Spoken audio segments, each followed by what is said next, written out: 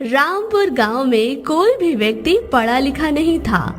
वहां के लोगों का मानना था कि पढ़ाई लिखाई से जीवन यापन नहीं हो सकता है।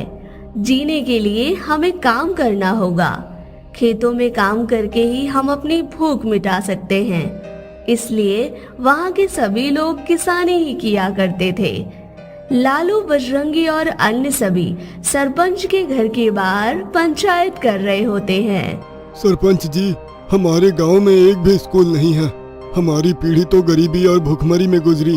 अब कहीं हमारे बच्चों का जीवन भी इस भूखमरी का शिकार न हो जाए। इसीलिए हमें गांव में स्कूल खोलने का विचार करना चाहिए। कैसी बातें कर रहे हो लालू? स्कूल से और पढ़ाई लिखाई से पेट भर जाता तो आज इतने पढ़े लिखे लोग भी किसानी थोड़ी ना किया करते। जाओ, जाकर देखो, शहर में एक भी पढ़ा लिखा व्यक्ति ढंग की नौकरी करके अपना और अपने परिवार का पेट नहीं भर रहा। सभी कोई ना कोई गलत काम करते हैं। कम से कम हम किसानी कर कर किसी के साथ कुछ गलत तो नहीं करते और अपना और अपने परिवार का पेट भी जैसे तैसे भर ही लेते हैं। पर सरपंच जी, बात केवल पैसों की नहीं है। ज्ञान हम में एकता लाएगा, हमारे जीवन को शक्तिशाली बनाएगा। अगर आज हमने स्कूल नहीं खोला तो आने वाली पीढ़ी सही गलत कैसे समझेगी? स्कूल संगठन का काम करता है और ज्ञान जीवन से मिलता है। गुरु के शब्द, पुस्तक के शब्द, ये सब हमें इस संसार में रहने के लिए शक्ति प्रदान करते हैं। अगर हम पढ़ाई को दुत्कारते रहेंगे और केवल पेट पर ध्यान देंगे तो हमारा ये गांव पशुओं की भांति कमजोर और निर्भर हो जाएगा। हर छोटी छोटी जरूरतों के लिए हमें शहर जाना पड़ेगा। चुप कर लालू, अपनी ये बड़ी बड़ी बातें बंद कर और जाकर अपना खेत संभाल। बारिश नहीं हुई तो कहीं इस साल भूखे ना मर जाए तुम्हारा परिवार। हाँ। लालू वहां से चला जाता है। अन्य सभी भी खड़े होकर सरपंच की बातें सुन रहे होते हैं। सरपंच उन सब की ओर देखता है। तुम सब क्या देख रहे हो? खेतों में काम नहीं करना है क्या? या तुम सबको भी लालू की तरह ही स्कूल का भूत सवार है? नहीं मालिक, हम काम में ही खुश हैं। सभी व्यक्ति इतना कहकर वहां से चले जाते हैं। अब सरपंच अपने घर के बाहर अकेला खड़ा होता है। घर के अंदर से सरपंच की पत्नी बाहर आती है। ये लालू तो बहुत तेज बन रहा है। स्कूल खुलवाना चाहता है गांव में। कितना भी तेज बन ले, पर मुझसे तेज नहीं बन सकता। मैं अभी इस गांव का राजा हूँ। स्कूल बनने के बाद प्रत्येक व्यक्ति राजा बनने का सपना देखेगा। मेरे रहते इस गांव का राजा कोई और नहीं हो सकता। सरपंच इतना कहकर एक स्वार्थी मुस्कान अपने चेहरे पर बिखेरता है। वही रामपुर गांव में एक व्यापारी व्यापार करने के लिए आता है। व्यक्ति के हाथ में एक बड़ा सा काला रंग का सूटकेस होता है। वो गांव के अंदर चला जा रहा होता है। तभी उसकी मुलाकात बजरंगी नाम के एक गांव के व्यक्ति से होती है। सुनो भैया, मैं बहुत भूखा हूँ। यहाँ कोई ढाबा है क्या जहाँ मैं कुछ खा सकूँ? भैया, यहाँ कहाँ से ढाबा होगा? छोटा सा गांव है, कोई आता जाता नहीं और खाना तो लोग घर से खाकर निकलते ही हैं। ढाबा में क्यों खाएंगे? तो क्या यहाँ मुझे खाना नहीं मिलेगा? भैया, आपको भूख लगी है तो आप हमारे घर चलकर खाना खा सकते हैं। धन्यवाद भैया। बजरंगी व्यापारी को लेकर अपने घर चला जाता है। भाग्यवान, अतिथि आए हैं, भोजन की व्यवस्था करो। आप यहाँ बैठ जाइए। व्यापारी बैठ जाता है। कहिए श्रीमान, आपका यहाँ कैसे आना हुआ? जी, मैं एक व्यापारी हूँ। रामपुर गांव के किसानों के बारे में बहुत सुना है। बहुत से किसान गरीबी और बीमारी से अपनी जान गंवा बैठे। मैं उन सबको पैसे देना चाहता हूँ और उनकी सारी फसलें हर साल खरीदना चाहता हूँ। ये तो बहुत अच्छा विचार है। मैं आज ही सारे गांव वालों को इकट्ठा कर देता हूँ। सारे किसान आपके इस प्रस्ताव से काफी खुश होंगे। यहाँ के सारे किसान इतनी मेहनत से फसलें उगाते हैं और इन्हें इनका सही मूल्य भी नहीं मिल पाता। मैं भी एक किसान ही हूँ और हमारा घर भी केवल खेती पर ही निर्भर है। और हमारे घर को देखकर तो आपको अंदाजा हो ही गया होगा कि हम किसानों की क्या दुर्दशा रहती है। हाँ, वाकई काफी खराब स्थिति है यहाँ के किसानों की। अगर तुम सभी गांव वाले मुझे अपनी फसलें दोगे तो तुम्हें हर महीने पैसे मिलते रहेंगे, जिससे तुम अपने परिवार का अच्छे से भरण पोषण करते रहोगे। अगर ऐसा है तो मैं गांव वालों को और सरपंच जी को और सभी को खबर कर देता हूँ। अगले दिन सरपंच जी के घर के बाहर चबूतरे पर सभी गांव वाले आए होते हैं। व्यापारी भी वहीं खड़ा होता है। व्यापारी बाबू का सुझाव मुझे अच्छा लगा।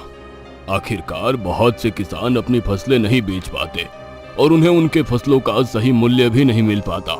अगर व्यापारी बाबू सामने से प्रस्ताव कर रहे हैं तो ये सोने पे सुहागा है। हमें ये प्रस्ताव मंजूर है।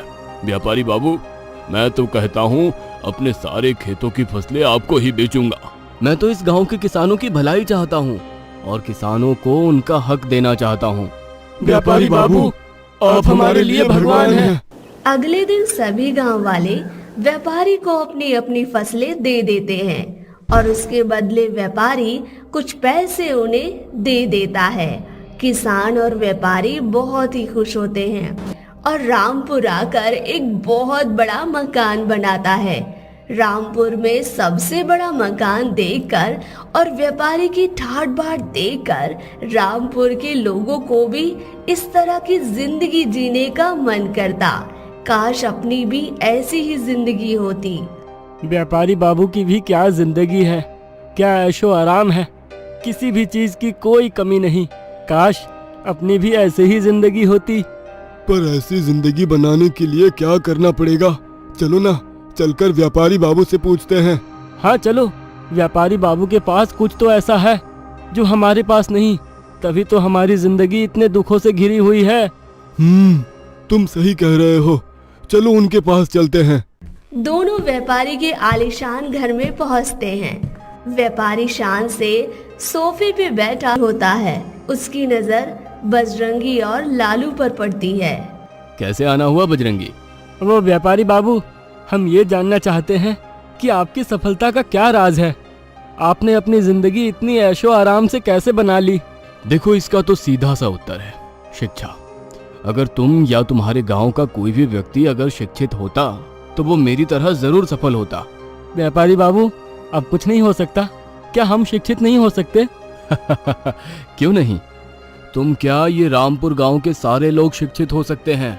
मुझे एक ऐसी झील का पता है जहां 5 मिनट सांस रोककर बैठने से लोगों को ज्ञान नहीं, दिव्य ज्ञान की प्राप्ति होती है। आप कहीं हमें मूर्ख तो नहीं बना रहे हैं? जहाँ तक हमें पता है, शिक्षा का केवल एक ही माध्यम है स्कूल, और आप झील बता रहे हैं। मुझे पता है लालू, शिक्षा का माध्यम स्कूल है, पर गौतम बुद्ध को देखो, उन्हें पेड़ के नीचे ज्ञान प्राप्त हुआ। तो क्या तुम गांव वालों को झील के नीचे शिक्षा नहीं मिल सकती? अगर ऐसा है तो ठीक है, मैं बजरंगी और रामपुर के सभी निवासी आपके झील का दिव्य ज्ञान देखने आएंगे। अगले दिन सभी झील के पास भीड़ लगाए होते हैं। सरपंच और अन्य सभी व्यापारी के बोलने का इंतजार कर रहे होते हैं। गांव वालों, मेरे पास एक जादुई मिट्टी है। इस मिट्टी को झील के पानी में डालते ही ये झील जादुई हो जाएगी और तब जो व्यक्ति 5 मिनट बिना सांस लिए इस झील के पानी में बैठा रहा, उसे दिव्य ज्ञान की प्राप्ति हो जाएगी। लेकिन जैसा कि आप सभी जानते हैं कि मैं एक व्यापारी हूँ, तो मैं कोई भी चीज यूं ही किसी को नहीं देता। अगर आपको जादुई झील में दिव्य ज्ञान दे रहा हूँ तो इसके बदले आप सभी को भी मुझे 500 रुपए देने होंगे।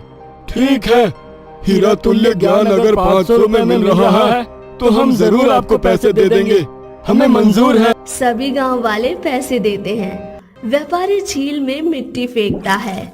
एक एक कर सभी गांव वाले झील में 5 मिनट सांस रोककर बैठने की कोशिश करते हैं, पर कोई भी 5 मिनट सांस नहीं रोक पाता और इस तरह सारे गांव वाले निराश और ठगा हुआ महसूस करते हैं।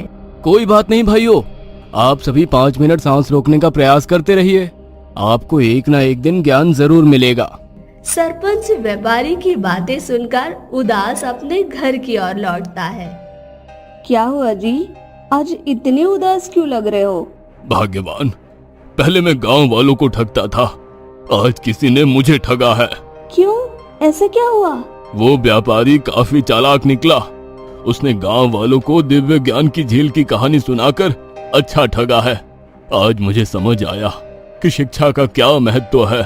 आज शिक्षा के अभाव की वजह से ही मैं उस व्यापारी की बातों में आ गया और खुद को इतना ठगा हुआ महसूस कर रहा हूँ। वहाँ लालू भी अपने घर में बैठा अपने छोटे छोटे बच्चे को देख रहा होता है और कहता है, आज जिस तरह से मैं शिक्षा के लिए भटक रहा हूँ, कल को क्या मेरे बच्चे भी भटकते रहेंगे? मेरी ही तरह क्या ये भी किसी की बातों में आ जाएंगे, लोगों के सामने हाथ फैलाएंगे